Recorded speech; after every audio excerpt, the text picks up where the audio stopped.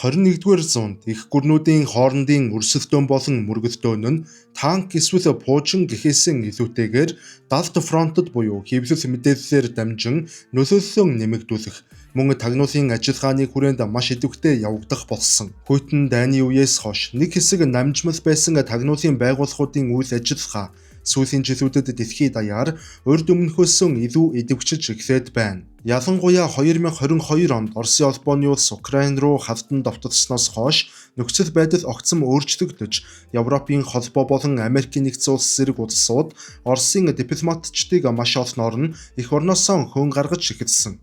Дан ганц Европт гэхэд нийтдээ 600 гаруй Оросын дипломат ажилтнуудыг тагнуулын үйл ажиллагаатай холбоотой хэмээх үндэслэлээр Европын холбооны улсууд эх орноосоо гаргасан байна. Дээрх үйл явдал нь Хүйтэн дайнаас хойших хамгийн том хэмжээний дипломат болон тагнуулын мөргөлдөөн гэж аль биесээр тооцогдох болсон. Ялангуяа өнөө үед Америк нэгдсэн улс, Оросын холбооны улс, Бүгд найрамдах Хятад ард улс хэмээх 3 их гүрний геополитикийн шинэ өрсөлдөөн аль биесээр эхэлсэн хэмээн дэлхийн дийлэнх судлаачид дуу нэгтээ үзэх болсон. Харин энэ өрсөлдөөний нэгэн далд фронт нь хэвлэл мэдээллийн нөлөө, кибер ажиллагаа болон тагнуулын үйл ажиллагааны салбарт өрнөж байна. Хүйтэн дайны он жилүүдэд тагнуулын үйл ажиллагаа нь нууц далд хэлбэрт байсан бол өнөөдөр тагнуулын байгууллагуудын зүгээс дайсныхан эсрэг цахим халдлага үүлдэх, улс төрийн нөлөөллөө нэмэгдүүлэх, хэвлэл мэдээллийн дайныг өдөөх, сошиал медиагаар дамжуулан ард түмний үзэл бодолд нөлөөлөх гэх мэтээр олон салаа мөчрөөр нэгэн зэрэг өрнөх болов. Гэхдээ энэ бүх геополитикийн өрсөлдөөн нь зөвхөн дээрх 3 их гүрний хооронд болоод байгаа зүйл огтосоо биш. Европ төвийн хувьд өрн ба дорны тагнуулын дайн нь Австри улсад өрнөдөг бол Аз төвд энэхүү тагнуулын дайн нь 2 их гүрний дунд орших Монгол улсад түлхүү өрнөдөг болж хувирв. Үүнд мэдээч шалтгаан бас бий. Учир нь манай улс гэдгээр ардчилсан нийгэмтэй улс боловч газар зүүн байршлын хувьд хагас автократ маягийн 2 улсын дунд оршдог онцлогтой юм улс. Мөн манай улс аль нэг эвсэлд үлнэгдэх байр суурьтай. Дэлхийн бүх улстай эвтэй найртай зэрэгцэн оршдог тул Монгол улсын нутаг дэвсгэр дээр 2 блокийн аль альнийх нь элчин сайдын яамдууд, консулын газрууд олноороо оршдог. Тухайлбал Америк нэгдсэн улс, Бүгд найрамдах Хятад ард улс, Оросын холбооны улс, холбооны Бүгд найрамдах Герман улс, цаашлаад Бүгд найрамдах ардчилсан Солонгос ард улс болон Бүгд найрамдах Солонгос улс, Япон зэрэг орны элчин сайдын яамдууд Монгол улсын нутаг дэвсгэр дээр зэрэгцэн оршиж байх жишээтэй. Иймээс энэхүү өвөрмөц байдал нь гадны улсын тагнуулууд Монголын нутгийг түшиц газар болгон бусад улсуудын дипломат ажилчдаас мэдээлэл цуглуулах, өөрийн талд элсүүлэх гэх мэтээр олон төрлийн үйл ажиллагаа явуулах боломж бүрддэг. Иймээс Монгол улсын тагнуулчдын хувьд Аз төвийн Австри болон хувираад байна. Эдгээрийн дунд манай улсад шууд чиглэсэн ажиллагааг хамгийн их явуулдаг 3 улс байгаа нь мэдээж Орос, Америк, Хятад 3. Ялангуяа Оросын холбооны улс болон Бүгд найрамдах Хятад ард улсууд нь хөрш зэрэгэлдээ оршдог тул тэдний нөлөө арай илүүч байх магадлалтай. Өнөөдрийн дугаарт би Оросын холбооны улсын тагнуулын үйл ажиллагааны талаар илүү ярихаар төвлөрсөн учраас Оросын холбооны улсаас Монгол улсад хэрэгжүүлсэн болон хэрэгжүүлдэг тагнуулын ажиллагааны талаар ярих болно. Юуны өмнө олон улсын тагнуулын практикт хамгийн түгээмэл ашиглагддаг арга бол дипломат халахвчийн арга зам юм. Тагнуулын байгууллагын ажилтнууд, элчин сайдын яам, консулын газар, соёлын төв, худалдааны төлөөлөгчийн газруудаараа дамжуулан аль бие усны дипломат ажилтан гэх нэрээр үйл ажиллагаагаа явуулах нь бий. Оросын холбооны улсын хувьд энэ аргыг бүр Хүйтэн дайны үеэс эхлэн хэрэглэдэг байсан бөгөөд манай улсад ч гэсэн өнөөдрийг хүртэл хэрэгжсээр байна. Мөн аливаа улсын тагнуулын байгууллагын нэгэн том зорилго нь ажиллагаа явуулж буй улсынхан улс төрийн орчинд нөлөө үзүүлэх ажил байдаг.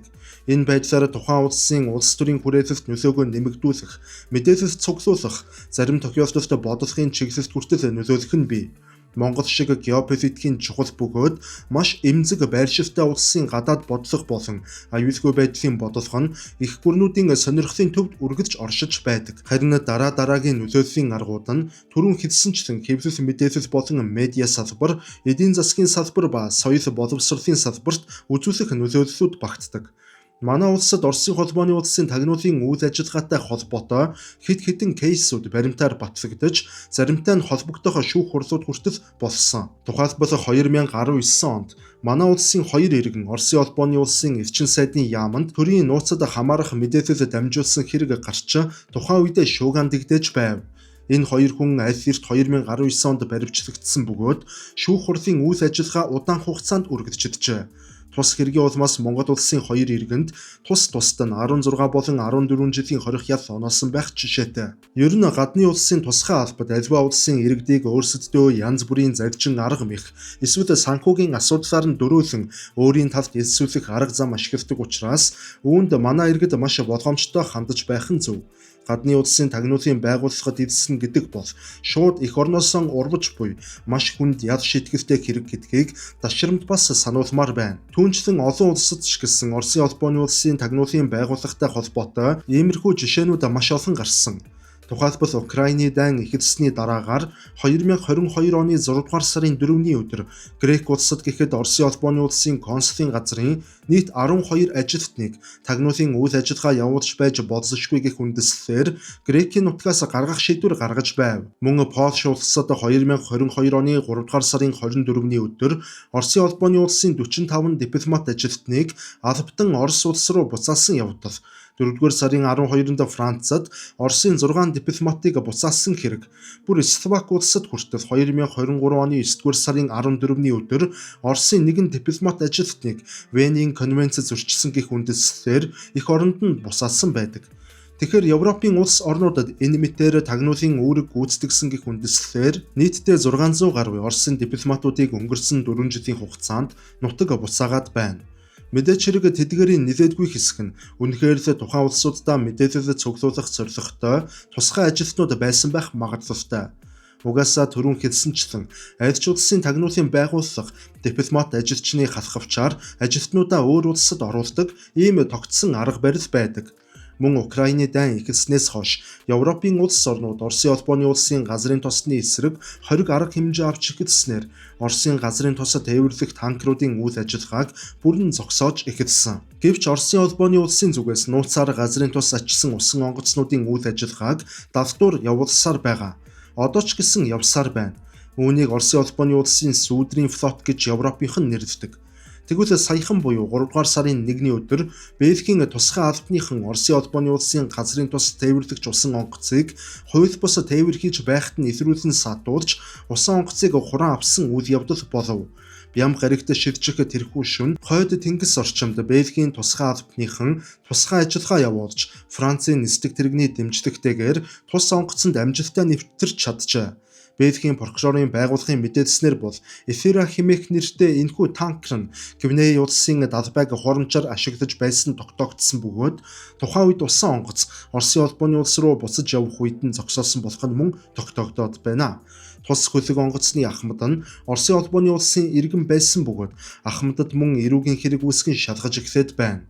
Тэгэхээр энэхүү усан онгоцыг Бельгийн тал шууд хуран авсан явдал нь Европын холбооны улс орнууд Оросын сүүдрийн флотод хандах хандлагаа улам бүр хатуу болгож байгаагийн нэгэн том илрэл болоод байна. Эдгээр сүүдрийн флотын усан онгоцнууд нь угтаа бол Украины дайн эхэлсний дараагаар Оросын эсрэг авсан эдийн засгийн 20 арга хэмжээг тойрон гарах боломжийг Оросын холбооны улсад олгодог боловч Европын холбооны улс орнууд цаашид Бельги улсын жишгийн адилаар нисдэг тэрэг ашиглан усан онгоцнуудыг эзлэн авах арга хэмжээнүүд авч байна гэдгээ хариуцлагатайгаар зарлаад байгаа.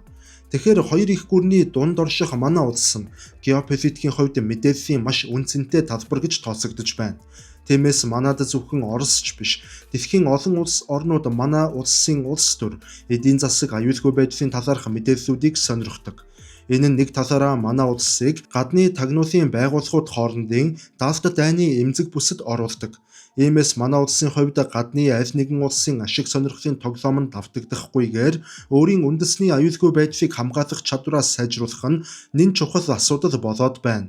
Эцсийн эцэст дэлхийн аль ч улсын тагнуулын байгууллагын эрхэм зорилго нь өөрийн улс орны эрх ашигыг хамгаалах явдалд оршдог. Иймээс Монгол улсын эрх ашигыг хамгаалах үүрэг зөвхөн Монголын тагнуулын байгууллагад л бий. Өөр ямар ч улсын тагнуулын байгууллага Монгол улсын төлөө ажиллахгүй.